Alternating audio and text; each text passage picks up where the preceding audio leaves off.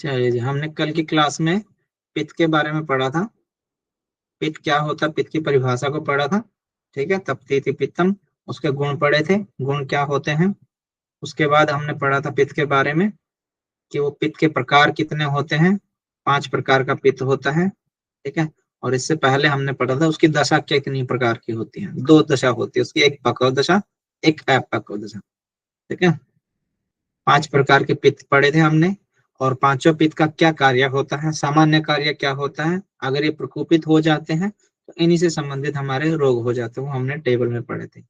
कारण क्या होते हैं प्रकोपित होने के, वो हम सबने पढ़े थे। ठीक है, इसमें आप पित्त पढ़ेंगे, ये आगे भी आएगा आपको, पर तब आपको और अच्छे से क्लियर हो जाएगा। इसमें खट्टा दिया गया है तो खट्टे को आप अम्ल समझिएगा। नमकीन दिया गया, नमकीन को लवण बोलते हैं। ठीक है, अम्ल हो गया, लवण हो गया, और फिर विदाही हो गया, देह उत्पन्न करने वाला, और फिर हो गया बहुत तीखे। ठीक है, तो तीखे हो गया हमारा कटु। अम्ल, लवण और कटु। अगर आप षड रस होते हैं हमारे, किसी बच्चे को पता है 6 के 6 रस कौन से होते हैं? षड रस किसी बच्चे को पता है?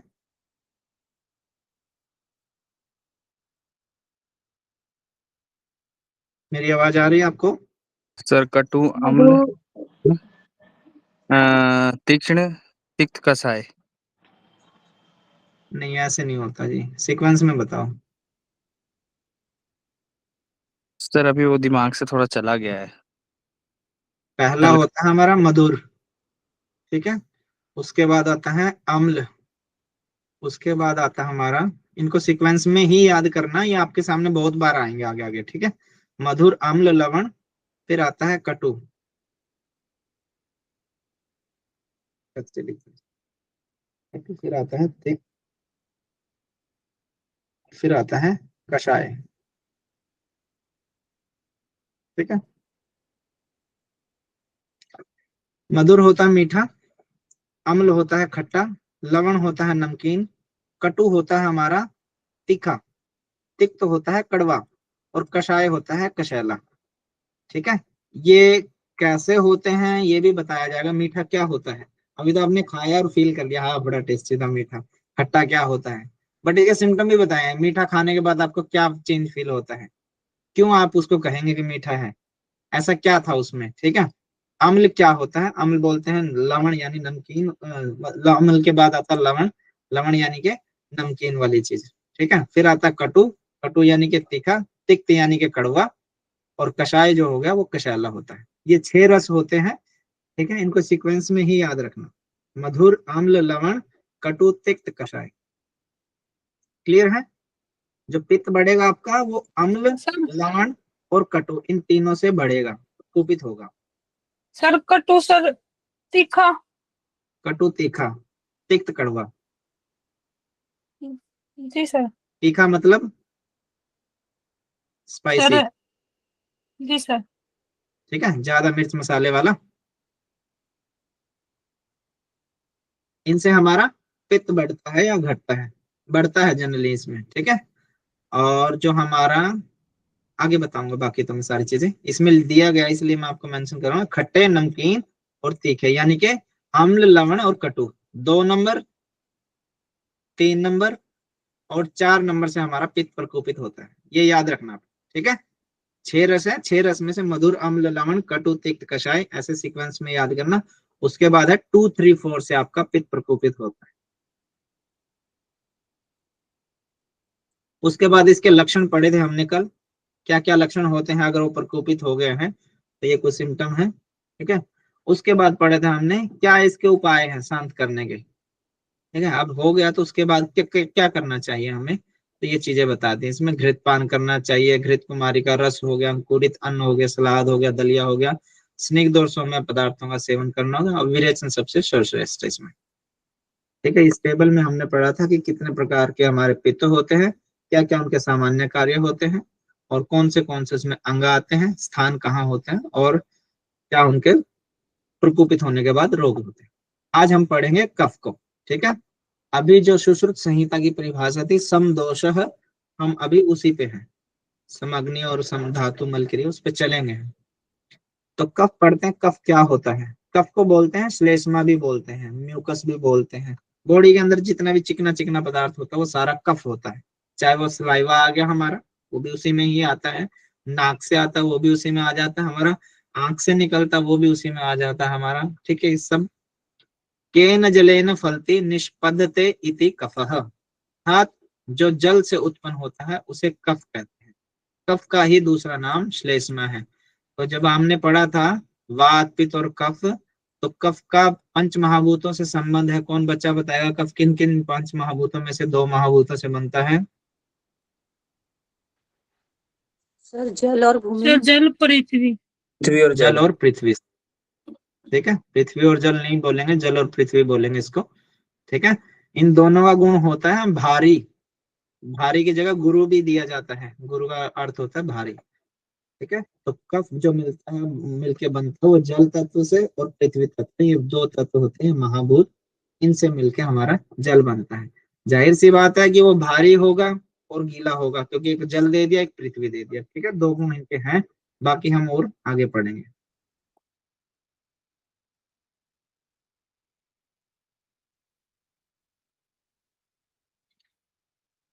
श्लेष्यति इति श्लेष्मा, अर्थात जो संयोग करता है या संश्लेषण करता है वह श्लेष्मा होता है। ठीक है, जो संयोग करता है, जो मिलता है या संश्लेषण करता है, एब्जॉर्प्शन का कार्य होता है जिसके अंदर से, वो श्लेष्मा होता है। कफ शरीर का पोषण करता है। ये देखो एक अलग नई चीज देखने में आई है जो इससे पहले नहीं आई। वात में हमने पढ़ा था कि वो नियमन करता है, वात। ठीक है, नर्वस सिस्टम का होगा और जितने भी इधर उधर जो चंचल वाली क्रिया है, उत्साह वाली क्रिया, उनका सबका नियमन करता है। बट शरीर का जो पोषण करता है वो कफ करता है। क्लियर है, इसको आप याद रखना। ठीक है, यहां से क्वेश्चन आया हुआ है कि शरीर का पोषण किससे होता है, वात से, पित्त से, कफ से, या कुछ और दे देंगे आपके सामने। ठीक है, शरीर को स्निग्धता, स्निग्धता प्रदान करता, आर्द्रता, गीला प्रदान करता है, गीलापन, ये दोनों कफ के कार्य होते हैं। ठीक है, कल हमने पढ़ा था स्किन को, जो सुंदरता, जो फेरी स्किन बनाता और ग्लोइंग स्किन बनाता, वो किसका कार्य होता है? पित्त। सर पित्त का। पित्त का। बट देखो ये चिकनाहट है, वो कफ है। ठीक है, यानी कि कफ का भी होना जरूरी है, अकेला पित्त कुछ नहीं कर सकता। ठीक है, मॉइस्चर तो गीलेपन को ही बोलेंगे ना, नहीं तो ड्राई स्किन होगी।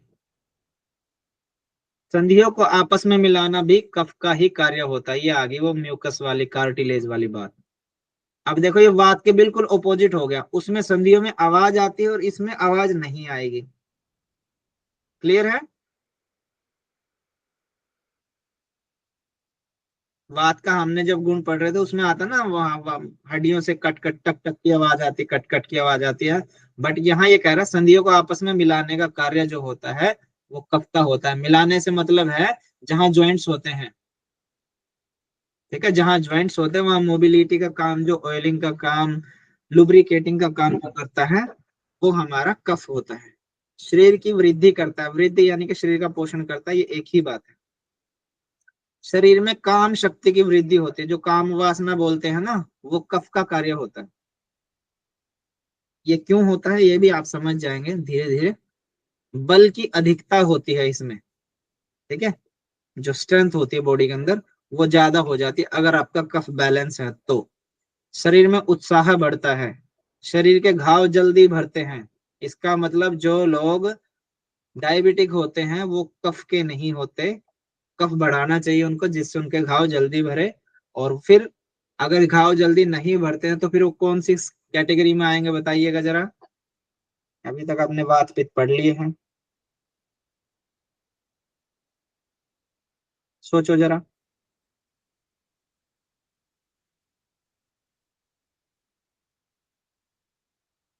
बताएं कोई बच्चा।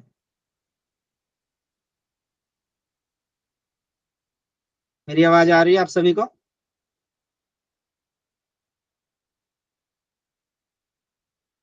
जी सर आ रही है सर। सर मैं आपका क्वेश्चन सुन नहीं पाया सर।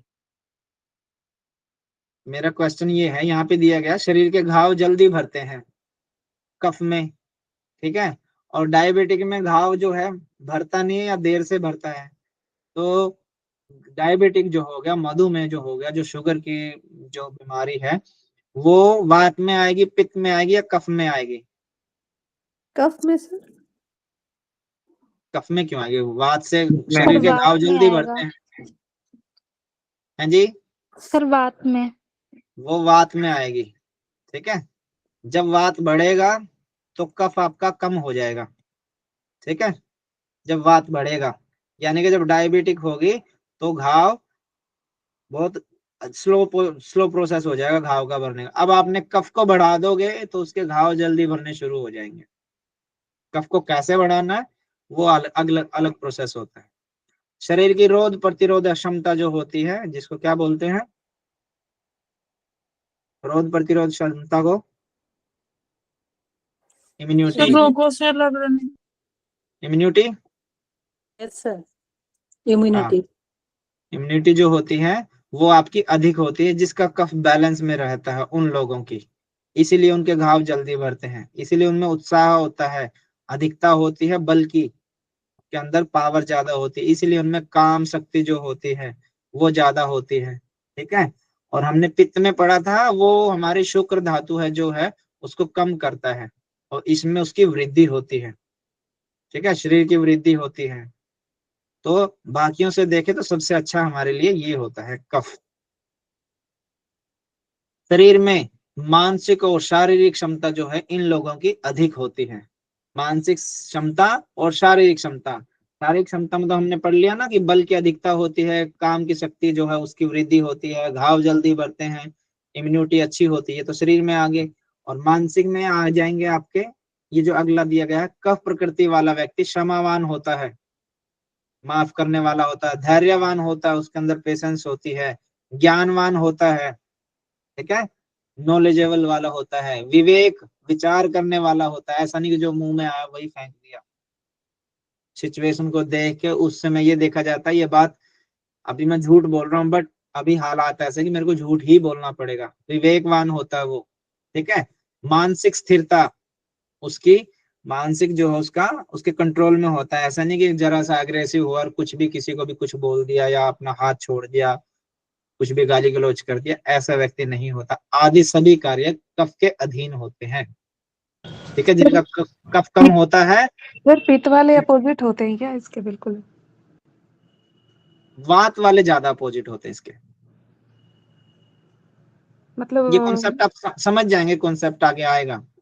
ये कहते हैं कफ सर पित्त जिनका बड़ा रहता है वो बहुत गुस्सैल प्रकृति के होते हैं, सही है क्या सर? उसमें अकेला गुस्सैल है ना, उसमें अकेला गुस्सैल है। इसमें देखो क्षमावान होते हैं, धैर्यवान होते हैं, ज्ञानवान, विवेकवान और मानसिक स्थिरता उनकी, मेंटल मेंटल जो स्टेबिलिटी होती है उनकी। ठीक है, वो कुछ कोई उसको कुछ कहे भी गया, बहुत गलत से गलत चुभने वाली बात भी गया, तो भी वो चुप होके कहते हैं।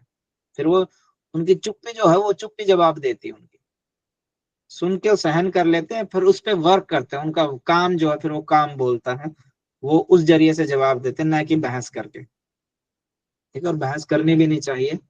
ठीक है, सपोज करो जैसे मैंने किसी को कुछ कह दिया, ऐसी चुभने वाली बात कह दी, तो अगले ने मेरे को दो कही, और जब तक मेरे कलेजे को ठंडक तब तक नहीं पड़ेगी जब मैं दो की चार नहीं कहूंगा। ऐसे सामने वाला उसके भी कलेजे को तब तक ठंडक नहीं पड़ेगी जबकि वो चार की छह या आठ नहीं कहेगा। ऐसे ही खेल चलता रहेगा, उसमें समय की बर्बादी और कुछ नहीं है। और मूर्ख से बहस करने में खुद तो मूर्ख बनोगे, सामने वाला जो भी हो। ठीक है, तो इससे बढ़िया है कि आप उससे किनारा करो और अपना साइड का रास्ता पकड़ो, अपना काम पे फोकस करो।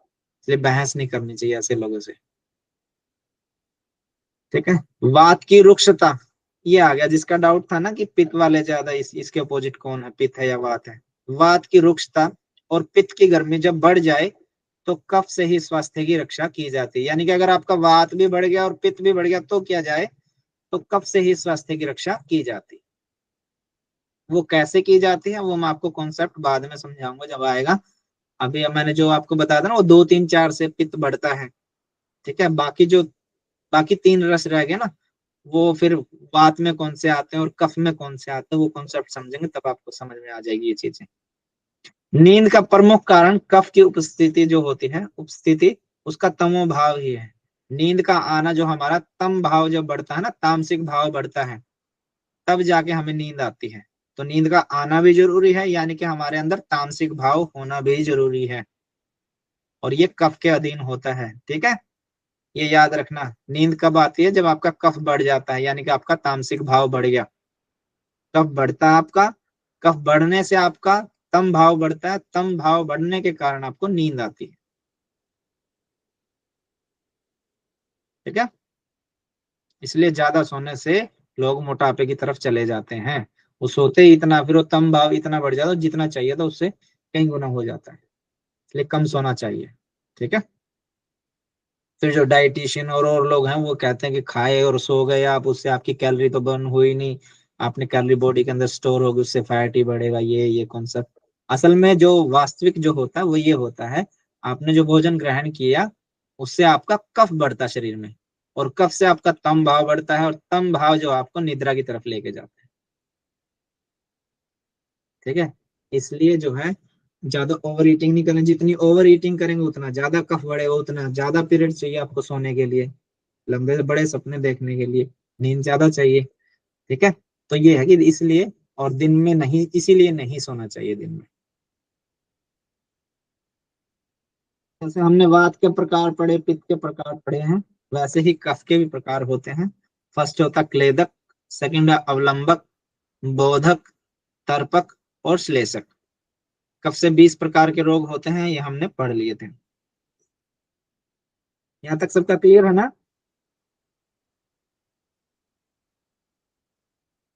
जी सर।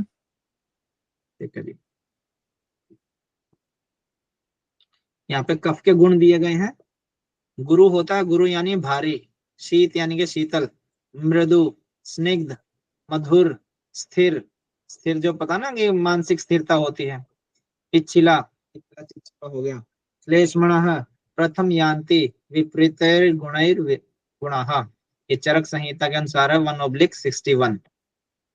गुरु हो गया भारी, शीत हो गया शीतल, मृदु यानी कि मुलायम हो गया, स्निग्ध यानी कि ऑयली, जिनका कफ ज्यादा होता है उनकी ऑयली स्किन होती है, जरा सा भी देखो थोड़ी देर में कुछ ऑयल सा लिक्विड सा स्किन पे आ जाते हैं। ठीक है, वो कफ वाले, और ज्यादातर वो मोटे लोगों को ही होता है क्योंकि उनका कफ बढ़ जाता है। मधुर यानी कि मीठा होता है, ये इसके गुण होते हैं। स्थिर, पिछला यानी कि चिपचिपा होता है, वही ऑयली में आ गया। मंद होता है, ठीक है, क्लीन होता है यानी कि गीला होता है, यही इसके स्वाभाविक गुण हैं। इसका रंग सफेद होता है, और इसका रस जो होता है वो मधुर होता है। अब प्रकोप होता क्यों है, उसके कारण पढ़ेंगे हम। देखो हमने अम्ल, जब हम पढ़ रहे थे पित्त पढ़ रहे थे, वहां पे आया था हमारे सामने अम्ल, और क्या क्या आया था? लवण, और एक और आया था, बताइए क्या आया था? सर कटु। कटु। ठीक है, कटु यानी कि तीखा, तीखा यानी ज्यादा स्पाइसी, ज्यादा स्पाइनी यानी कि जो शरीर के अंदर जाके जलन पैदा करे, गर्मी पैदा करे। ठीक है, उसी को ही पित्त बोलते हैं। अब इतना कॉन्सेप्ट समझिए मोटा मोटा सा। अब यहाँ पे दिया गया है कि अम्ल लवण जो कटु है इससे पित्त बढ़ता है। ठीक है, और यहाँ पे दिखा कफ प्रकोप के कारण मधुर, मीठा, अम्ल, खट्टा, लवण, नमकीन, भारी, स्निग्ध, भारी स्निग्ध यानी कि ज्यादा ऑयली वाली चीजें, एवं क्लेदक खाद्य एवं पेय पदार्थों का सेवन करने से आपका कफ जो है वो प्रकोपित होता है। ठीक है, मांस, मछली, तिल से तैयार खाद्य पदार्थों का सेवन करने से कफ आपका प्रकोपित होता है। गन्ने, दूध, नमक और बलीय पदार्थों का अधिक सेवन करने से, गन्ना छोड़ना नहीं है बट एक लिमिट होनी चाहिए, यहाँ पे अधिक दिया गया है। ठीक है, अधिक सेवन करने से आपका कफ बढ़ता है। कार्बन युक्त शीतल पेय पदार्थों से आपका कफ बढ़ता है। जब आप कोल्ड ड्रिंक्स या कोई ऐसे चिप्स और वो खाते हैं ना, जब भी पैकेजिंग फूड खाते हैं, तो उसकी बैक साइड देखें, इंग्रेडिएंट वैल्यू होती है, उसमें देखना आप कार्बोहाइड्रेट्स पर 10 ml या पर 100 ml कितना होता है, पर 100 ग्राम या पर 10 ग्राम कितना होता है। सबसे ज्यादा कार्ब्स और सॉल्ट मिलेगा उसमें आपको। ठीक है, इसलिए बोलते हैं कि पैकेजिंग फूड नहीं खाना चाहिए, क्योंकि इसमें देखो नमक दिया गया ना, नमक का ज्यादा सेवन करने से, भले आप 1-2 पैकेट खाएं बट वो एक्स्ट्रा, उसमें नमक बहुत ज्यादा है, कार्बन युक्त, ये कोल्ड ड्रिंक सब इसी में आ जाती हैं। ठीक है, दिन के समय में सोने से आपका कफ जो है प्रकोपित होता है, जिससे आपको आलस आता है, नींद आती है। इसलिए दिन के समय में सोने से आपको कफ बढ़ेगा ही बढ़ेगा, इसलिए नहीं सोना चाहिए। आलस्य करने से, व्यायाम न करने से आपका कफ बढ़ता है। जब आप रनिंग करते हैं तो जिनको नोजी होती है, नोजी आती है ना, बार बार थ्रोट से स्पिट करते हैं, तो बॉडी के अंदर कफ का बैलेंस होता है, जितना एक्स्ट्रा था वो आपने स्पिट कर करके बाहर निकाल दिया, तो अंदर बॉडी का बैलेंस बन गया। जब आप नहीं करते हैं तो कफ अंदर ही पड़ा रहता है, वो आपको आलस की तरफ, तामसिक भाव की तरफ लेके जाता है, जिससे धीरे धीरे फैट बढ़ता है। अब अगर ये ना करें तो भी हमारे साथ क्या होता है, कफ हमारा प्रकोपित होता है। वो कब होता है? बसंत ऋतु में, प्रातः काल के समय में, रात्रि के समय में, और भोजन के अंत में, और बाल्यावस्था में स्वाभाविक रूप से ही प्रबल रहता है।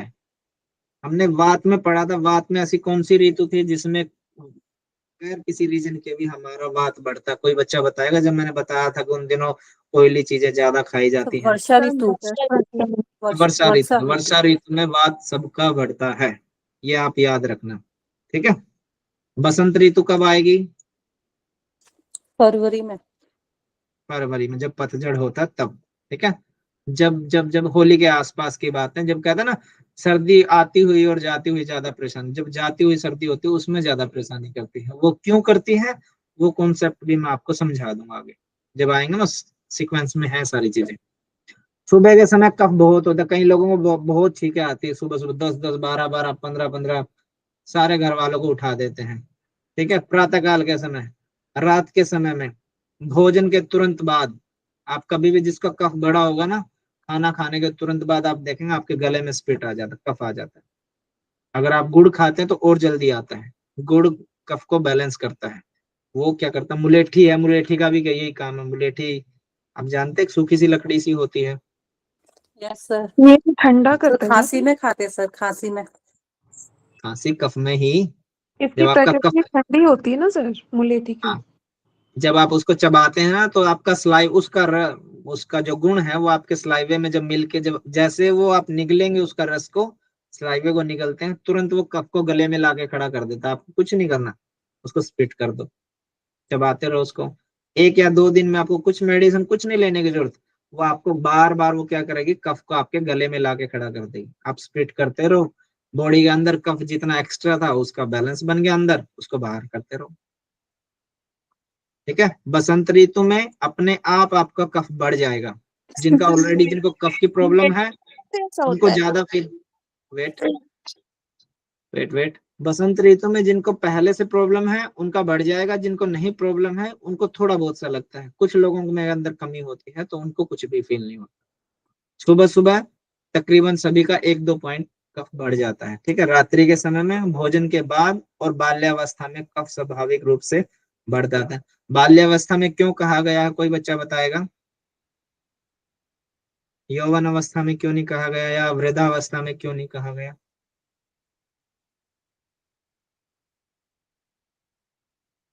क्योंकि सर शरीर की वृद्धि होती है उस समय। बहुत बढ़िया हस्ताक्षर जी, हमने एक गुण पढ़ा था इसका कि शरीर की वृद्धि करता है। ठीक है, शरीर की ग्रोथ कहाँ होएगी, कफ में होएगी ना। छोटे बच्चों को सबसे ज्यादा जुकाम खांसी होते हैं, क्योंकि उनकी जो प्रेजेंस होती है ना, वो जब तक युवा अवस्था होती है तब तक उनमें कफ की वृद्धि रहती है। फिर जैसे ही वो बच्चे थोड़ा सा स्टेबल से होने लग जाते हैं, फिर उनमें पित्त की प्रकृति बढ़ जाती है। ठीक है, हालांकि उनकी जो नेचुरल, उनकी जो प्रकृति है वो वही रहती है, बट उसके बावजूद भी उसमें थोड़ा सा कफ, आपका पित्त बढ़ जाता है, जिससे वो की चंचलता बढ़ जाती है, और गुस्सा होना जरूरी है, वो भी ऑब्वियस है, और लालच बढ़ जाता है, मोह माया, ये चीजें धीरे धीरे बढ़नी शुरू हो जाती हैं। ठीक है, फिर वो जब तक युवा अवस्था चलती है, जैसे वो 40-45 क्रॉस करते हैं, फिर उनकी वात की अवस्था बढ़ जाती है, फिर पित्त शांत हो जाता है और वात के रोग होने शुरू हो जाते हैं, क्योंकि वात रोग बढ़ जाते हैं। ठीक है, वो ऑब्वियस है, लेकिन प्रकृति जो है वो एक ही रहती है।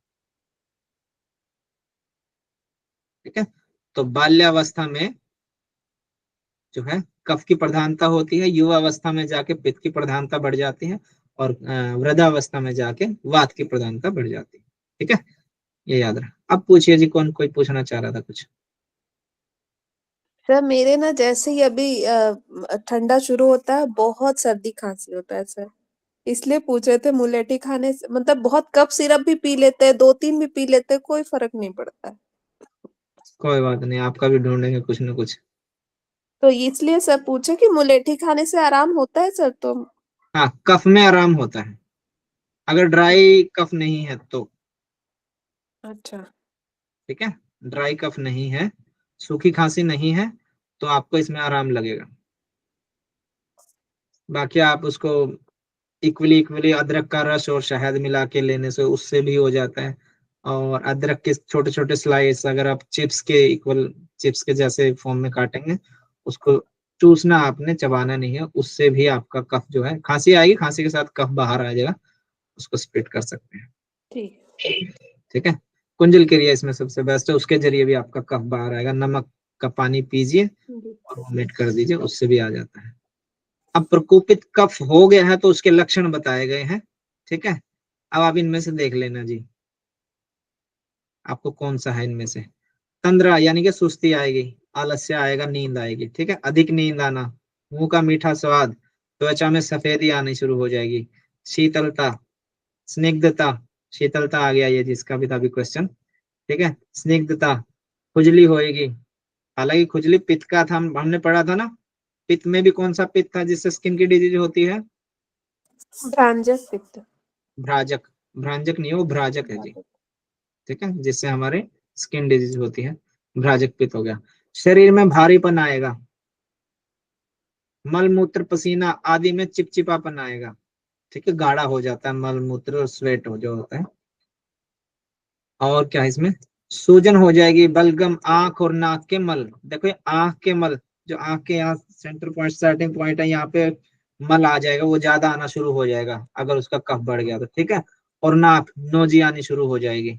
ठीक है, चीर क्रिया, चीर क्रिया होता है शरीर पर किसी भी प्रकृति का देरी से होना। ठीक है, उसको चीर क्रिया, चीरकाल, लंबे समय के बाद। ठीक है, शरीर पर किसी भी प्रक्रिया का देरी से होना, उसको बोलते हैं। तो इस चीज, ये चीज होनी शुरू हो जाएगी। अंगों में ढीलापन आ जाएगा, बॉडी थुलथुली हो जाएगी। ठीक है, लेथार्जिक बॉडी हो जाएगी। श्वास यानी कि दमा, खांसी, अवसाद यानी उदासी आदि लक्षण कफ प्रकृति के होते हैं। ठीक है जी, ये सारे के सारे कफ के लक्षण होते हैं अगर आपका कफ प्रकोपित हो गया है तो। ज्यादा नींद आएगी, ज्यादा सुस्ती आएगी, मुंह का स्वाद मीठा मीठा रहेगा। ठीक है, त्वचा में सफेदी आ जाएगी, शीतलता, स्निग्धता, खुजली होनी शुरू हो जाएगी, शरीर में भारीपन हो गया। क्या बोलते हैं भारीपन को? सही बोला ना मैंने, भारीपन, हाँ। मल मूत्र पसीना आदि में चिपचिपापन हो जाएगा, सूजन हो जाएगी, बलगम हो जाएगा, आंख और नाक के मल ये बढ़ जाएंगे आपके। ये क्यों बढ़ेंगे? जब आप सप्त धातु पढ़ेंगे वहां ये कॉन्सेप्ट दिए गए हैं सारे के सारे कि क्यों बढ़ेंगे। एक धातु से दूसरी धातु बनती है तो उसमें से मल निकलता है, तो किसी में से आंख का मल निकलता है, किसी में से कान का मल निकलता है, किसी में से नाखून जो है वो बढ़ते हैं, किसी में से बॉडी के ओवरऑल जो हेयर होते हैं वो होते हैं, किससे शरीर जो सिर के बाल होते हैं वो बढ़ते हैं। तो ये सब मल में काउंट होते हैं। ठीक है, एक धातु से जब दूसरी धातु बनती है ना तो उस प्रोसेस में मल निकलता है। जैसे रक्त से रक्त बनेगा तो कुछ मल निकलेगा, रक्त से मांस बनेगा तो कुछ मल निकल जाएगा, तो ये वो मल होते हैं। ठीक है, आंख नाक के मल बढ़ जाएंगे, शरीर पर किसी भी चीज का असर जो होगा वो लेट से होगा, लेथार्जिक हो जाएगी बॉडी। ठीक है, लटक जाती है बॉडी, फीमेल्स के लिए ज्यादा ज्यादा होता है फीमेल्स के साथ। श्वास हो गया, दमा, खांसी, ये उदासी आदि ये इसके कफ के लक्षण है। अब इसको शांत करने के उपाय क्या है वो ढूंढते हैं हम। अब जो इसके लक्षण है ना, इसके ऑपोजिट काम करना शुरू करना पड़ेगा, जो हमारे कोशिश करेंगे, जो आपके हाथ में है उतना तो आप खुद से कर सकते हैं। ठीक है, या इसके जो कारण है, कारण के ऑपोजिट चलना शुरू करते हैं। अब देखते हैं, जैसे हमने कारण देखते हैं, कारण में बताया गया है कि मधुर और अम्ल लवण ये भारी, स्निग्ध, ज्यादा ऑयली और क्लेदक खाद्य और पेय पदार्थों का सेवन करना है। इसको अगर हम कम कर देते हैं तो हमारी बॉडी बैलेंस में आ जाती है। मांस मीट को ज्यादा अगर आप उसका सेवन कर रहे हैं, कम कर दें और छोड़ दें तो और भी बेटर है। ज्यादा ऑयल वाली चीजें खाने से सेवन करने से उनसे हमारा कफ जो है बढ़ता है, इसको बैलेंस किया जा सकता है। ये हमारे हाथ में है। गन्ना, दूध, नमक और बलीय पदार्थ जो होते हैं जिनसे हमें बल मिलता है, जो धातु होती हैं, ठीक है, जैसे ड्राई फ्रूट्स हो गया, तिल हो गया, मूंगफली हो गया, अभी गज्जक आ जाएंगे, और ये वो चीजें होती हैं जो इनका अगर सेवन करते हैं, मावे मावे हो गए, इनका अगर अधिक सेवन करते हैं तो सेवन कम कर दीजिए या कुछ दिन के लिए स्टॉप कर दीजिए। ठीक है, ज्यादा वसा वाला खाना नहीं खाना चाहिए, ओवर ईटिंग नहीं करनी चाहिए, दिन के समय नहीं सोना चाहिए, सब हमारे हाथ में है। ठीक है, आलस नहीं करना चाहिए, व्यायाम कुछ ना कुछ करते रहना चाहिए। आप जुम्बा, एरोबिक, डांस, स्विमिंग, कुछ ना कुछ ऐसी चीजें करते रहें, चाहे आपको आए ना आए, फिर भी आप बॉडी को मतलब चलाते रहना, अपने मोशन में रखना बॉडी को। बसंत ऋतु है, ये हमारे है नहीं कुछ भी बस का। प्रातः काल, रात्रि के समय, प्रातः काल आप षटकर्म करके इसको बैलेंस कर सकते हैं। ठीक है, रात्रि के समय भोजन के तुरंत बाद अगर आप गुड़ का सेवन करते हैं तो उससे हमारा कफ गले में आता है, उसको स्प्लिट कर दीजिए तो भी हमारा जो है बैलेंस बन जाएगा। बाल्यावस्था में कफ बढ़ता है, इसको आपने टोकना नहीं है, इसको आपने छेड़ना नहीं है, ये चलते रहे, क्योंकि शरीर की वृद्धि तभी होती है। ठीक है, और जिनकी ये कफ की प्रकृति कम होती है, हमने वात में पढ़ा था, वो बोने होते हैं। ठीक है, शरीर का विकास नहीं होता, ये चीजें पढ़ी थी ना हमने। Yes no? Yes sir. जब वात के गुण पढ़ रहे थे उसमें पढ़ा था बोनापन और ये छोटेपन। ठीक है, ये चीजें पढ़ी थी। वो इसीलिए होती है क्योंकि कफ की प्रधानता बाल्यावस्था में होती है, और वो हुई नहीं, हो गई वात की। ठीक है, तो बच्चा कहाँ से बॉडी ग्रोथ करेगी, शरीर ग्रोथ कर ही नहीं पाया उसका। अब पढ़ते हैं जी, अगर आपका कफ बढ़ गया है तो आपको क्या करना चाहिए।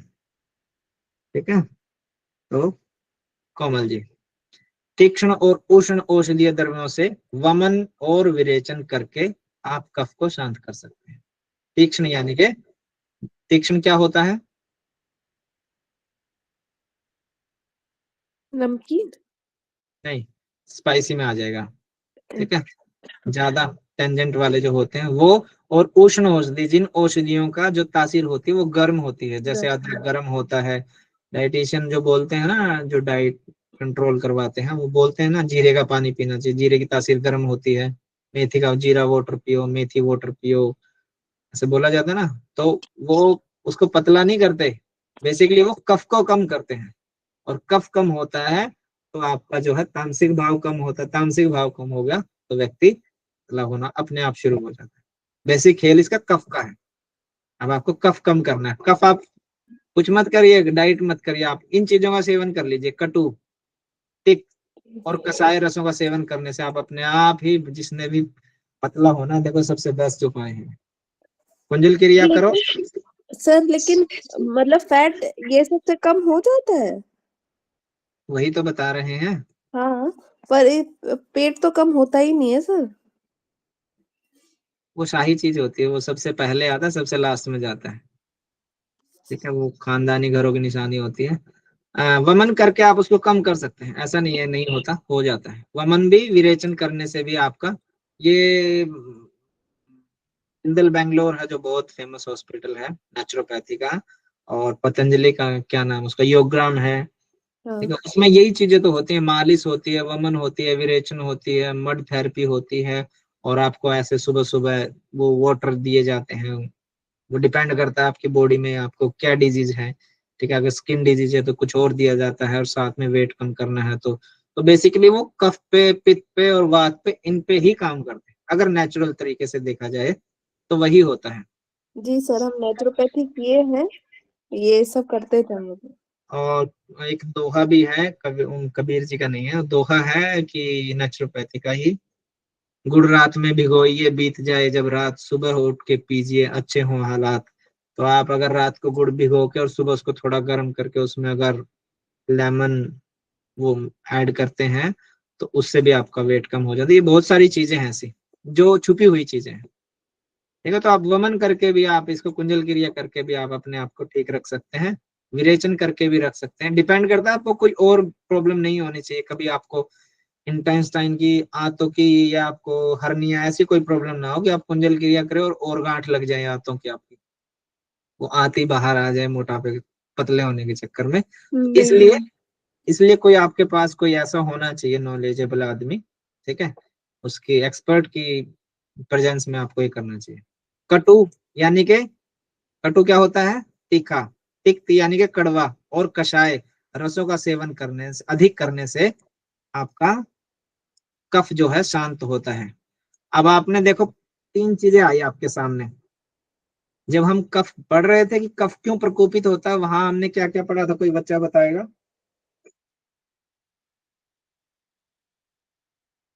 अगर कोई ध्यान से पढ़ रहा होगा तो बताएगा। कफ किन किन चीजों से प्रकोपित होता है? मैं दिखाता हूँ आपको।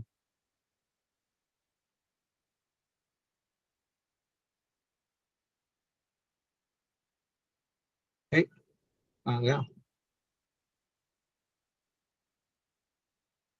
ये रहा जी। देखो, मधुर, अम्ल और लवण, इनके सेवन से आपका कफ प्रकोपित होता है। ठीक है। और डाइटिशियन इन तीनों चीजों को छुड़ा दे, नमक बिल्कुल बंद कर दो, मीठा बिल्कुल बंद कर दो, खट्टी चीजों को थोड़ा कम करवा देते हैं वो। हालांकि इसको भी बंद कर दें तो भी व्यक्ति का कफ बैलेंस हो जाता है। ठीक है, क्योंकि प्रकोपित हुआ ही इससे है, जड़ ये है। छुड़वाते हैं ना, मीठा बंद कर दो, मैदा बंद कर दो, चीनी बंद कर दो, ये चीजें बंद कर दो, वो चीजें। Yes no? जी सर, सबसे पहले तो मीठा। मीठा हो गया, ऑयली वाली चीजें होगी, भारी स्निग्ध। ठीक है, तो इनसे आपका कफ बढ़ता है। अब कम किन से होता है ये देखो, ये यहाँ पे दे दिया। कटु, तिक्त, कषाय, इन रसों का अगर सेवन करते हैं, वहां से अगर आप उनको ब्रेक कर देंगे तो क्या है, जितना है उतना ही रहेगा। इनका सेवन करेंगे तो इससे क्या होगा, घटना शुरू हो जाएगा कफ। कफ कम हुआ, तामसिक भाव कम हुआ, आपका फैट कम हुआ, कार्बन युक्त चीजें जो है वो भी बंद हो जाती है उसमें, सारी चीजें। ठीक है, तो कटु, तिक्त, कषाय रसों का सेवन करने से, सेवन जो है अधिक करने से आपका कफ जो है शांत हो जाता है, वापस बैलेंस में आ जाता है। ठीक है, कटु में तीखा, तीखे में वो सारी चीजें आती हैं। तिक्त मतलब कड़वा, में नीम और जितने भी करेले और ये सब चीजें, कड़वी चीजें आती। कषाय में आपका गिलोय, जामुन, एलोवेरा और सिरके सर और आंवला। साइडर विनेगर, ये सारी चीजें इसमें आ जाती। सर ये गिलोय तो ठंडा करेगा ना? उसका गुण जो होता है वो कषैला होता है जी। जिनका कफ बढ़ा हुआ है उनको एलोवेरा या ये तो ठंडा करेगा शायद। नहीं नहीं नहीं नहीं, रस उसका, आप उसमें थोड़ा सा आगे चलेंगे, जब पढ़ेंगे तब आपको इस चीजें समझ में आ जाएगी, प्रकृति उसकी क्या है और शरीर में जाने के बाद उसका क्या कार्य होता है, और किन लोगों को लेना चाहिए, किन को नहीं लेना चाहिए। उसको अकेला लेते हैं तो क्या फर्क पड़ता है, उसको किसी चीज के साथ लेते हैं तब क्या फर्क पड़ता है, वो सारी चीजें हैं। ठीक है, जैसे आप बादाम को अगर सूखा खाते हैं तो मुंह में छाले हो जाते हैं, लूज मोशन हो जाते हैं, उसको भिगो के खाते हैं तो कुछ भी नहीं होता, वो शरीर के लिए अच्छा होता है। ऐसे सूखी मेथी खाएंगे आप तो आपको परेशान करेगी। ठीक है, अगर पेड्स वगैरह में ले लें तो और ज्यादा बढ़ जाते हैं, और नहीं आते तो उनके खुल जाते हैं, बट उसको अगर आप भिगो के ले तो कुछ भी नहीं होता, आप आराम से लीजिए। ठीक है, पुराने शहद का सेवन करने से आपका कफ शांत हो जाता है। औषधीय धूम्रपान, कुछ ऐसे होते हैं जिनका धूम्रपान करने से, जैसे हमन में कुछ ऐसी औषधियां डाली जाती हैं स्पेशली, कि उनका जो धुआं होता है वो धुआं सेवन करने से उसको खांसी आती है, खांसी के जरिए उसको स्पिट किया जाता है। जो हुक्का वगैरह का ट्रेंड है वो यहीं से आया था। ठीक है, बाद में लोगों ने उसको उसको अपने यज्ञ तरीके से। थेरेपी भी बोलते हैं ना सर? हाँ जी, यज्ञ थेरेपी जो होता है एक। हाँ वो यज्ञ थेरेपी में आ जाते हैं, बट जो फिर हुक्का का ट्रेंड आया वो यहाँ से आया। ठीक है, फिर उन्होंने अपनी सहूलियत के हिसाब से उसमें कुछ कुछ रख के पीना शुरू कर दिया। औषधियां थी वो साइड में होगी, अब उनका जो टेस्ट है वो रखना शुरू कर दिया। ठीक है, लंघन क्रिया होता है जिससे मोटापा कम हो। ठीक है, औषधीय धूम्रपान हो गए और लंघन क्रिया, इन सब से भी आपका कफ कम होता है। धूप लंघन से, क्या है सर? लंघन क्रिया क्या होता है जी? नेचुरोपैथी वाले आओ जो हैं।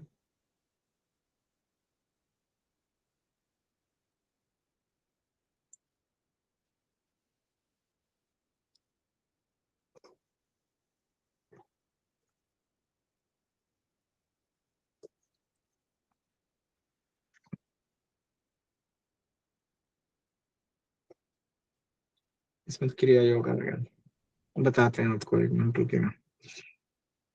उसके बाद आता है हाँ धूप ठीक सेकना। है। हाँ जी, उपवास क्रिया मतलब जैसे इसमें तो ये कहते हैं ना कि पंच तत्व से शरीर बना, पंच तत्व से ही ट्रीटमेंट भी होता है, तो हाँ हाँ, इसमें वो आकाश तत्व के लिए आकाश की प्रधानता बढ़ाते हैं उसमें, जी जिससे मोटापा या कफ कम हो जाता है। ठीक है, जी क्योंकि वो कफ जो बनता है वो हमारा, हमने पढ़ा था किस किस दो तत्वों से बनता है। मीठा जल और भोजन, पृथ्वी। भारी भोजन, जल दिन और में पृथ्वी, सोना। चलो जल और पृथ्वी। पृथ्वी। जल और पृथ्वी तत्व से हमारा कफ बनता है। अब कफ का ऑपोजिट जो है वो वात है।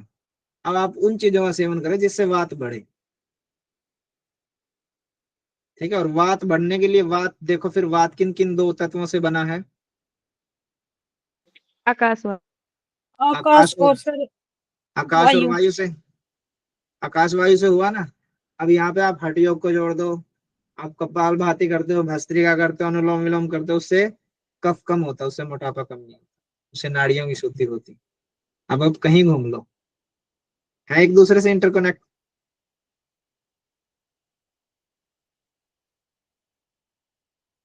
ये है निंजा टेक्निक। उसके बाद शारीरिक व्यायाम हमने ऊपर पढ़ा था, प्रकोपित क्यों होता है? क्योंकि हम आलस करते हैं या कुछ भी व्यायाम ना करते हैं। ठीक है, तो आप यहाँ पे व्यायाम आगे कोई भी व्यायाम कर सकते हैं, आप कुश्ती कर सकते हैं, कोई भी, yoga, zumba, aerobic, dance, swimming, sir 5वां पॉइंट छूट गया सर। धूप सेकना हो गया। ठीक है, धूप सेकने से आपका कफ कम होता है। स्वेदन सेक हो गया, सूखी मालिश होगी।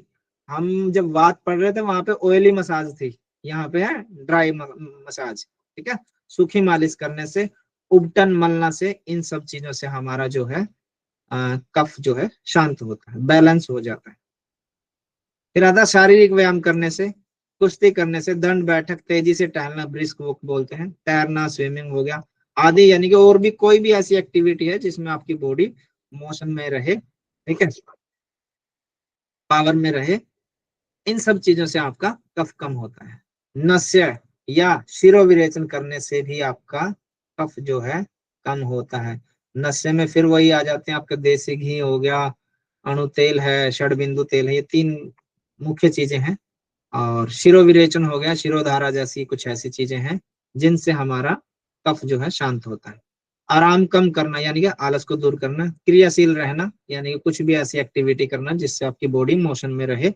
अगर आप ये सब करते हैं तो आपका कफ शांत रहता है। क्लियर है?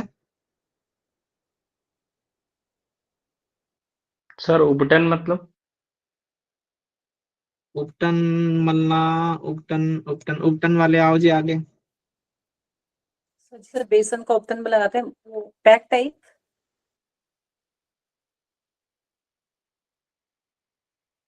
उपटन का मतलब होता है कोई भी लेप मलना, जैसे मड थेरेपी होती है। मुल्तानी मिट्टी और शहद और क्या इसमें तिल का तेल मिक्स होता है ऐसा?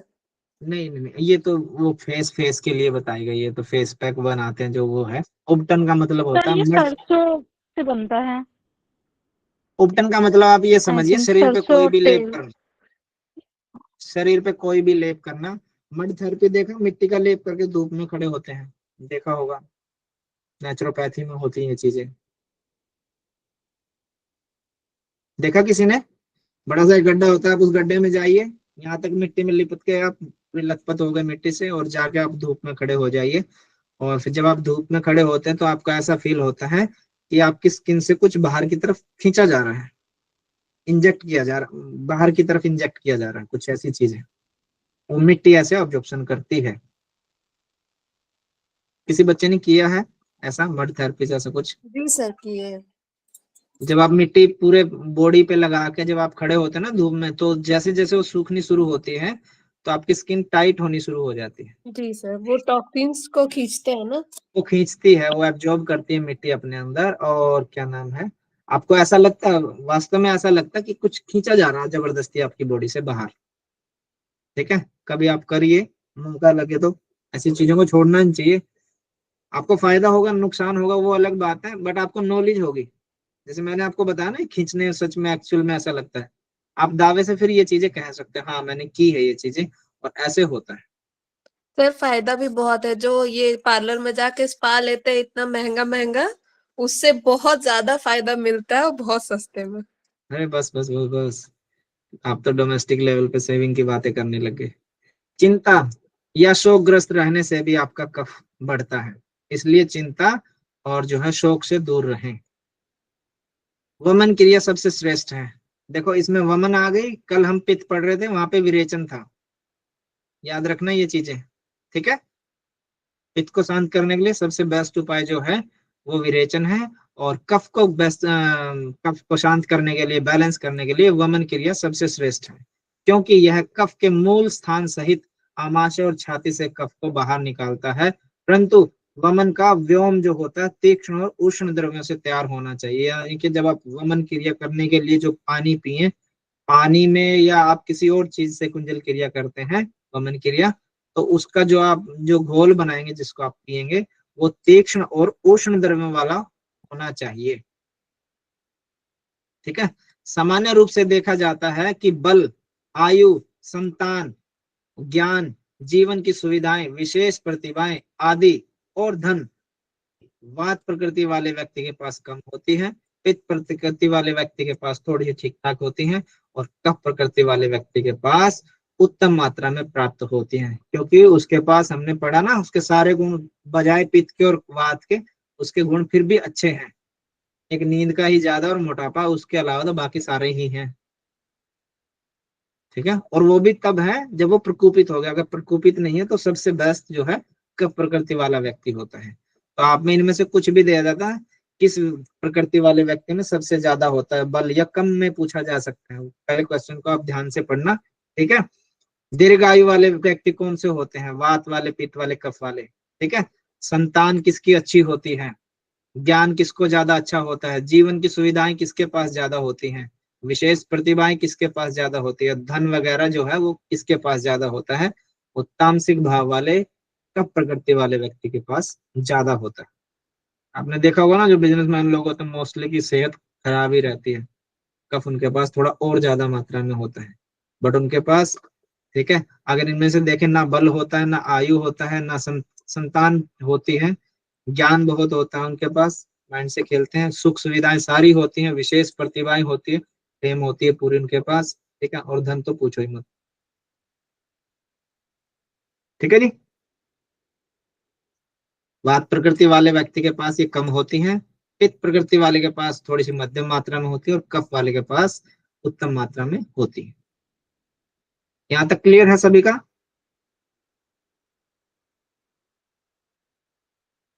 जी सर। ठीक है जी। अब प्रकृति को पहचानना है कि वो कैसी होती है, कैसे पहचाने। प्रकृति का निश्चय किसी व्यक्ति की शारीरिक बनावट, स्वभाव, चारित्रिक विशेषताओं आदि को देखकर किया जा सकता है, ठीक है। शारीरिक बनावट को देख के भी, जैसे मैंने आपको एक चित्र दिखाया था जिसमें 3 व्यक्ति थे वात पित्त कफ वाले, आप वहां से भी नोटिस कर सकते हो, ठीक है। वहां पे अगर आप धोखा खा सकते हो, उसके स्वभाव से पता चल सकता है, ये गुस्सैल है, इसमें पेशेंस है, इसमें नॉलेज है, ठीक है, ये क्षमावान, धैर्यवान क्या है, चारित्रिक विशेषताएं होती हैं कुछ उसकी, उससे पता चल जाता है। बट फिर भी आयुर्वेद कहता है कि आयुर्वेद के अनुसार इस प्रकृति का निर्धारण जो होता है वो जन्म से पहले ही हो जाता है, जैसे उसकी नींव रखी जाती है गर्भ के अंदर, ठीक है, तो तभी उसकी प्रकृति का निर्धारण किया जाता है। शुक्राणु और अंडाणु के संयोग से के समय जो दोष विद्यमान होते हैं माता पिता के, ठीक है, उन्हीं के आधार पर बच्चे के शरीर की बनावट, क्या बनावट होनी है, उसका स्वभाव कैसा होना है, मानसिक और चारित्रिक गुणों का विकास होता है। इसलिए जब जो गर्भावस्था में होती है जो लेडीज, उसको बोला जाता है अच्छी अच्छी बुक्स पढ़ो, अच्छा खाना खाओ, अच्छी चीजें देखो, तो विचार अच्छे रखो, इससे प्यार से बातें करो, इसको गुस्सा मत दिलाओ, ठीक है। वो कहीं ना कहीं उस पे ना जाके उसके संतान जो है उस पर असर करती है चीजें, और ये सब ये फैक्ट है। देखिए यहाँ पे आपने ये पढ़ लिया, उसके समय में जब वो गर्भावस्था में होती है तब वो सारी चीजें उसके बच्चे पर डिपेंड करती है, उसके बच्चे की कैसी बनावट होनी है, कैसा उसका स्वभाव बनना है, ठीक। मानसिक और चारित्रिक गुणों का विकास तब होता है। इन गुणों और विशेषताओं को ही आयुर्वेद में प्रकृति कहा गया है। जो बच्चे के वो गुण तैयार होते हैं ना गर्भावस्था में, उसी को ही प्रकृति बोलते हैं। अब ये क्वेश्चन मेरे से किसी ने पहले पूछा था कि कैसे पता करें उसको, अगर खांसी भी है उसको और कुछ और भी बीमारी है, तो एक बीमारी आपने पकड़ ली कि ये तो कफ की है, दूसरी पकड़ ली ये वात की है, ठीक है। तो प्रकृति के अनुसार होता है। मान लो उसकी बेसिक प्रकृति जो है वो कुछ और थी, बट उसने कुछ आहार विहार कुछ ऐसा खा लिया, जैसे शादियों का सीजन, कुछ ऐसी अपोजिट चीजें खा ली जिससे उसका फूड पॉइजनिंग होगी या कुछ और प्रॉब्लम होगी, ठीक है। तो प्रकृति हमारी जो होती है 7 प्रकार की होती है। एक वात प्रकृति, पित्त प्रकृति, कफ प्रकृति। यहाँ तक तो आपने पढ़ी है ना, त्रिदोष होते हैं, वात पित्त कफ, 3 ही तरह की प्रकृति होती है। बट किसी किसी की वात और पित्त की प्रकृति भी होती है, किसी किसी की पित्त की और कफ की प्रकृति भी होती है, किसी किसी की कफ की और वात की प्रकृति, ये दोनों चीजें होती है। एक प्रकृति होती है जिसको बोलते हैं सम प्रकृति या सम्मिपातज। तो मैं लिख देता हूँ, आप अच्छे से अपने नोट्स में बना लेना। ये सम्मी है और ये पात और ये जानी वाला जय है, ठीक है। सम्मिपातज ये श्रेष्ठ योगियों में होती है। क्लियर है? सर यानी सर। कि तीनों सम सम्मिपातज यानी कि उसमें ना वात होता, ना पित्त होता, ना कफ होता, तीनों बैलेंस में होते हैं, इक्वली इक्वली होते हैं, और वो किसी श्रेष्ठ योगी में जाके मिलती है। हमारे अंदर वो चीजें नहीं होती। सम्मिपातज भी बोल देते हैं, सम प्रकृति भी बोलते हैं, ठीक है। क्योंकि आपने पढ़ा ना, जब आप हड्डियों के ग्रंथ पढ़ रहे थे तब आपने पढ़ा क्षुधा पिपासा इन चीजों की कमी हो जाती है, तो उसका कफ जो है वो भी डाउन हो गया, ठीक है। और लालच मोह माया इन चीजों से भी दूर हो जाता है वो, ठीक है। गुस्सा कम हो जाता, गुस्सा रहता ही नहीं उसके पास, साधु को क्या गाली क्या ताली, वो स्टेज उसकी आ जाती है। और वात के जो गुण पढ़ेंगे आप, वात वाले गुण भी उसके धीरे धीरे शांत हो जाते हैं। तो मतलब वो सारी की सारी चीजें उसकी बैलेंस रहती है, ऐसा नहीं कि कोई गुण उसका बढ़ता है। उसको श्रेष्ठ प्रकृति बोलते हैं, श्रेष्ठ योगी के अंदर होती है। सबसे बेस्ट प्रकृति यही होती है, जिसको सम्मिपातज या सम प्रकृति बोलते हैं।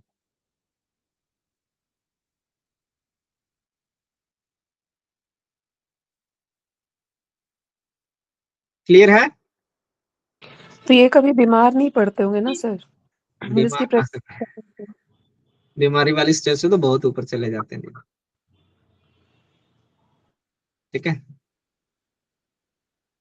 ये हमने पढ़ लिए हैं, ये टेबल है, ये मैं दिखाता हूँ आपको। ये टेबल वही है जो हमने पढ़ लिया, वही टेबल है ये।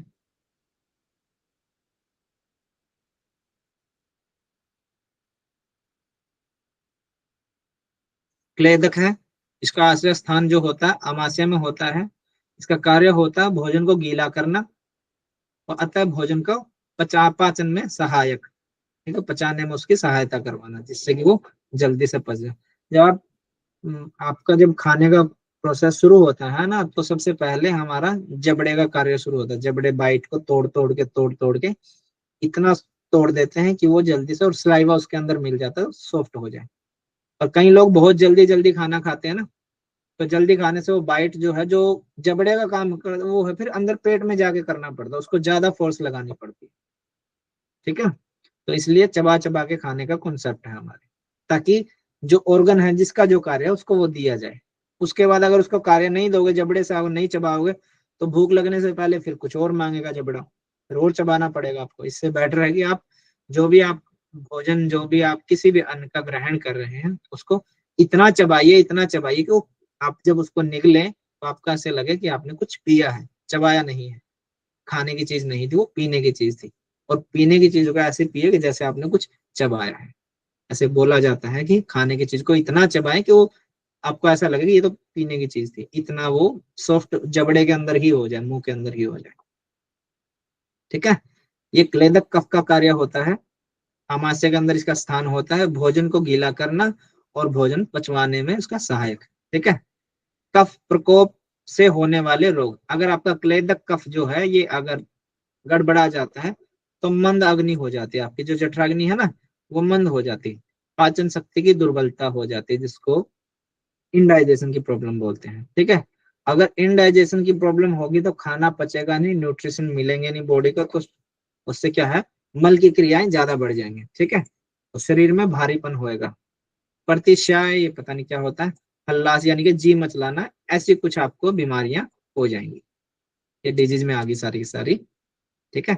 ये रोग आपके होंगे, यानी कि आपको जो आपकी डाइजेशन पावर है वो वीक हो जाएगी, ठीक है, पाचन शक्ति की कमी हो जाएगी, और बॉडी में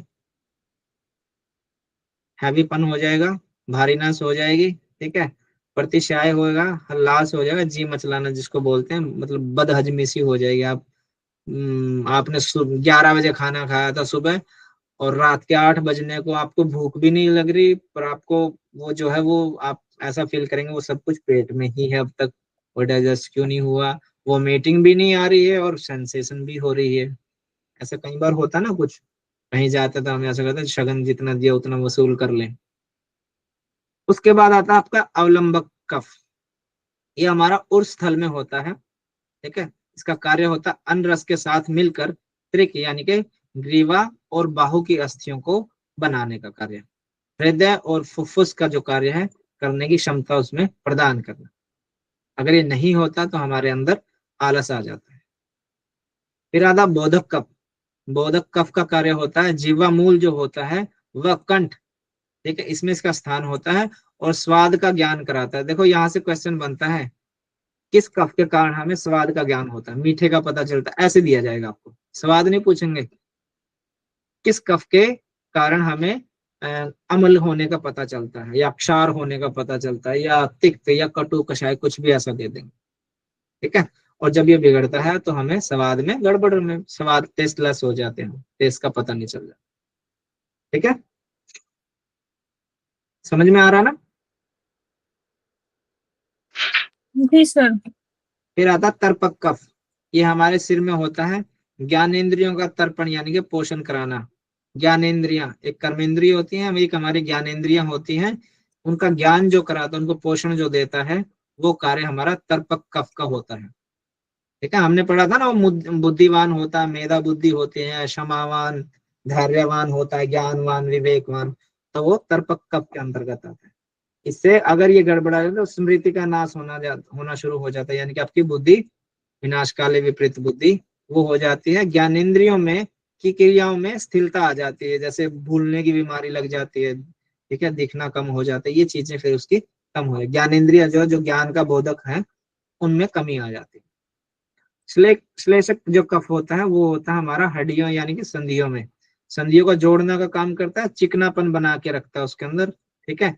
अगर श्लेषक कफ जो हमारा वो बिगड़ता है तो उस समय संधियों में दर्द यानी कि हड्डियों में जोड़ों में दर्द होने हो उनके कार्य में स्थिरता आ जाती है। धीरे धीरे दर्द होएगा तो व्यक्ति चलेगा नहीं तो बैठ जाता है, ठीक है।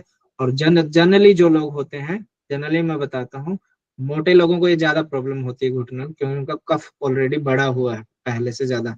बट कफ में कफ बढ़ा हुआ दूसरा कफ है, कौन सा? क्लेदक कफ, जिसकी वजह से पाचन अंगली मंद हो जाती है, शरीर में भारीपन आता है, ठीक है। ये भी कफ हो गया। अब आप यहाँ देखते हैं कईयों के मन में ये आएगा कि जो हड्डियों से जो आवाज आती है वो तो वात का रोग है, और भारीपन जो है वो कफ का रोग है। बट कफ भी देखो ना, यहाँ पे 5 प्रकार होते हैं। श्लेषक कफ के कारण इसकी कमी होती है तो जाके हमें हड्डियों में आवाज आती है, और इसमें कमी तभी होती है जब वात बढ़ जाता है, दूषित वायु आके यहाँ इकट्ठी होती है, जिससे वो कार्टिलेज जो मोबिलिटी है, वो जो म्यूकस है वो धीरे धीरे कम होना शुरू हो जाता है।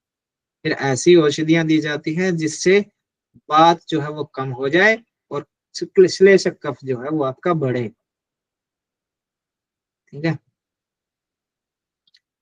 ये हमने पढ़ लिए थे, वात पित्त कफ, इनका स्थान कहाँ कहाँ होता है। 5 प्राण होते हैं, 5 उप प्राण होते हैं।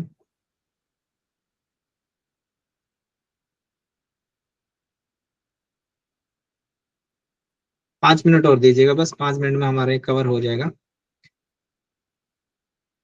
5 प्राण होते हैं, प्राण, उदान, समान, अपान, व्यान। व्यान संपूर्ण शरीर में होता है, ठीक है। तत्व जो होते हैं, प्राण जो है वायु का है, उदान आकाश, ठीक है। समान जो है अग्नि से होता है, अपान पृथ्वी से हो गया, और व्यान होता संपूर्ण शरीर में होता है तो जल से संबंधित है। संपूर्ण शरीर में होता है, ये नाभि से पैरों तक होता है, हृदय से नाभि तक होता है, कंठ से कपाल के मध्य तक होता है, और मुख से हृदय तक होता है, ठीक है। हालांकि ऊपर नीचे दिए गए हैं, और हम जब 5 प्राण पढ़ रहे तब उसमें अपान नीचे था, ठीक है ना, व्यान ऊपर था ना, यस नो? Yes sir. हाँ, तो आपके सामने प्रश्न ऐसे पूछा गया था एक बार, मैं इसलिए आपको बता रहा हूँ। उसमें बताया गया था 5 प्राणों को ऊपर नीचे करके दे देंगे आपको, और किसमें कहेंगे शरीर के सिर से लेके पैर तक इनको क्रम में लगाओ, ठीक है। तो मुख से हृदय है, देखो ये पहले नंबर पे आ गया, या कंठ इससे ऊपर है, कंठ से कपाल, ठीक, तो पहले नंबर पे उदान चला जाएगा, प्राण दूसरे नंबर पे आ जाएगा, ठीक है। अब हृदय से नाभि फिर तीसरे नंबर पे समान आएगा, चौथे नंबर पे संपूर्ण आएगा, और 5वें नंबर पे नाभि से पैर तक का ये आएगा, अपान सबसे नीचे आ जाएगा, ठीक है। तो आप ऐसे भी याद रखना इसको, और दोनों नोट्स में लिख लेना, जनरली ये है। और हेड टू टो या टो टू हेड पूछा जा सकता है आपसे, ठीक है। तो सबसे पहले फिर पैर से नाभि वाला आएगा आपका, ये याद रखना। आप ऐसे क्वेश्चन एक बार पूछा गया था कंफ्यूज करने के लिए, ठीक है। इसका कार्य जो होता है प्राण का, वो होता है हृदय और फेफड़ों की कार्य क्षमता को बनाए रखना। गमन, उदान का कार्य होता है गमन और शब्दों की अभिव्यक्ति विभिन्न प्रकार से करना। समान जो होता है इसमें अग्नि तत्व की प्रधानता होती है, भोजन को चबाने व पचाने का कार्य करना और सप्त धातुओं का निर्माण करना, ये हमारा समान प्राण जो होता है ये मिलता है अग्नि के साथ, इसका तत्व जो है संबंध होता है, उसके जरिए हमारा भोजन पचता है। फिर आते हैं अपान पे। अपान जो है नाभि से पैरों तक होता है, तो जितनी भी क्रियाएं होती हैं सारी इसमें आ जाती है, जैसे मल की, मूत्र की, ठीक है, सेक्सुअल जितनी भी एक्टिविटी होती है वो सारी की सारी इसके अंदर, उत्सर्जन की, कमर से पैरों तक के अंगों का गति में बनना, ये सब इसी में आ जाता है। व्यान संपूर्ण शरीर में होता तो इसके अंदर सब कुछ आ जाता है। 5 उपप्राण होते हैं, ये है वो 5 उपप्राण। इसमें आता पहला नाग, दूसरा कृकल, तीसरा कूर्म, चौथा देवदत्त, 5वां है धनंजय, ठीक है। तत्व होता है वायु, अग्नि, पृथ्वी, आकाश, जल, ये इसके तत्व होते हैं। स्थान जो होता है मुख से हृदय तक का होता है, कंठ से कपाल तक का होता है, पलकों का होता, पलकों में हमारा जो है कूर्म होता है। यहाँ से क्वेश्चन में बताऊंगा आपको कैसे पूछा जाता है। देवदत्त जो प्राण होता है वो हमारी नासिका में होता है, धनंजय संपूर्ण शरीर में होता है, ठीक है। इसकी ट्रिक आप बना लेना जैसे आपको ठीक लगे। कार्य, नाक का कार्य होता है डकार व हिचके का कार्य है आना, मतलब लेना, आना, ये नाग प्राण के जरिए होता है। तो आपके सामने प्रश्न ऐसे आता है, यहाँ से कई बार आया, पलकों का झपकने का कार्य निमेश उन्मेष का कार्य होता है, किस प्राण का कार्य होता है? तो यहाँ आएगा आपका कूर्म, ठीक है। या भूख प्यास का लगना किसका कार्य, किस प्राण का कार्य होता है? प्रकल्प। ये 2 क्वेश्चन तो मैंने देख लिए हैं, ये आए हुए हैं, पूछे गए हैं, और ये पूछे जा सकते हैं, आपको उपनिषदों से भी पूछा जा सकता है, हटियोग के ग्रंथों से भी पूछा जा सकता है, और यहाँ से भी पूछा जा सकता है, आयुर्वेद से भी, ठीक है। अंगड़ाई या छींक आने का कार्य, छींक भी पूछा गया था एक बार, छींक का कार्य किस प्राण का है? तो ये देवदत्त आ गया। और मरने के पश्चात भी शरीर की कांति को कुछ अवधि तक बनाए रखता है, शरीर का उभार लेना जिससे शरीर फूलता है, वो कार्य होता है धनंजय का, ठीक है। मरने के बाद भी शरीर में किस प्राण की प्रधानता रहती है, ऐसे क्वेश्चन भी पूछा जाता है, वो धनंजय प्राण होता है। क्लियर है?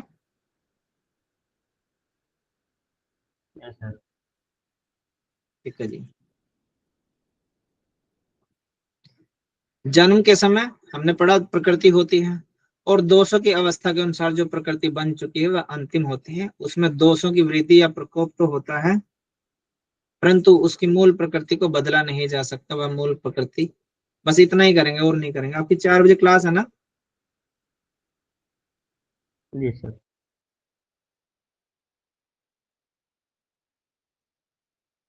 चलिए, आयुर्वेद और कितना बच रहा है सर? बस इस कॉन्सेप्ट को खत्म करते हैं, फिर ये उपस्तंभ आ गए, नया टॉपिक है, ये लंबा है। इसके जन्म के समय और दोषों की अवस्था के अनुसार जो प्रकृति बनती है वह अंतिम होती है। यानी कि जो बच्चे के गर्भ में, जो माँ के गर्भ में जो बच्चे की जो बनती है ना, जो उसका शरीर की बनावट, उसके विचार, वो सब जो प्रिपेयर हो जाते हैं गर्भ के अंदर, तो जन्म के समय और दोषों की जो अवस्था होती है उसके अनुसार जो प्रकृति बन चुकी होती है गर्भ के अंदर, वह अंतिम होती है, उसको नहीं बदला जा सकता। उसमें दोषों की वृद्धि या प्रकोप तो होता रहता है। जैसे मान लो वात प्रकृति, वात बहुत ज्यादा बढ़ सकती है, वात बहुत कम हो सकती है, पर रहेगी आखिर तक उसकी वात प्रकृति। ठीक है, वो अप डाउन तो होता रहता है, परंतु उसकी मूल प्रकृति को कभी बदला नहीं जा सकता। प्रकृति का मूल कारण दोष ही है। व्यक्ति की प्रकृति 2 प्रकार की होती है जनरली, हमने पढ़ी थी ना जो 7 प्रकार की प्रकृति, वो बोली जाएगी चरक संहिता के अनुसार, चरक ऋषि के अनुसार। ठीक है, और वैसे पूछा जाए व्यक्ति की प्रकृति कितने प्रकार की होती है, तो यहाँ पे 2 प्रकृति है, एक सहज और मूल प्रकृति, एक परिस्थिति जन्य प्रकृति। मैंने ज्यादा कुछ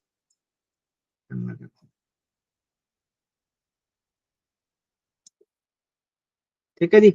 2 प्रकार की प्रकृति, एक तो जन्म से बनती है, वो एंड तक वही रहती है। दूसरी होती है परिस्थिति जन्य, ये हमारा आहार विहार, हमारा रहन सहन, लाइफस्टाइल, दिनचर्या, ऋतुचर्या उस पर डिपेंड करता है। ठीक है, आदि पर निर्भर करता है। ये परिस्थिति के अनुसार घटती बढ़ती रहती है, बट ये अस्थायी होती है। वह स्थायी होती है, वह यानी कि सहज या मूल प्रकृति, ये आपकी स्थायी रहती है, ये एंड तक ही रहती है।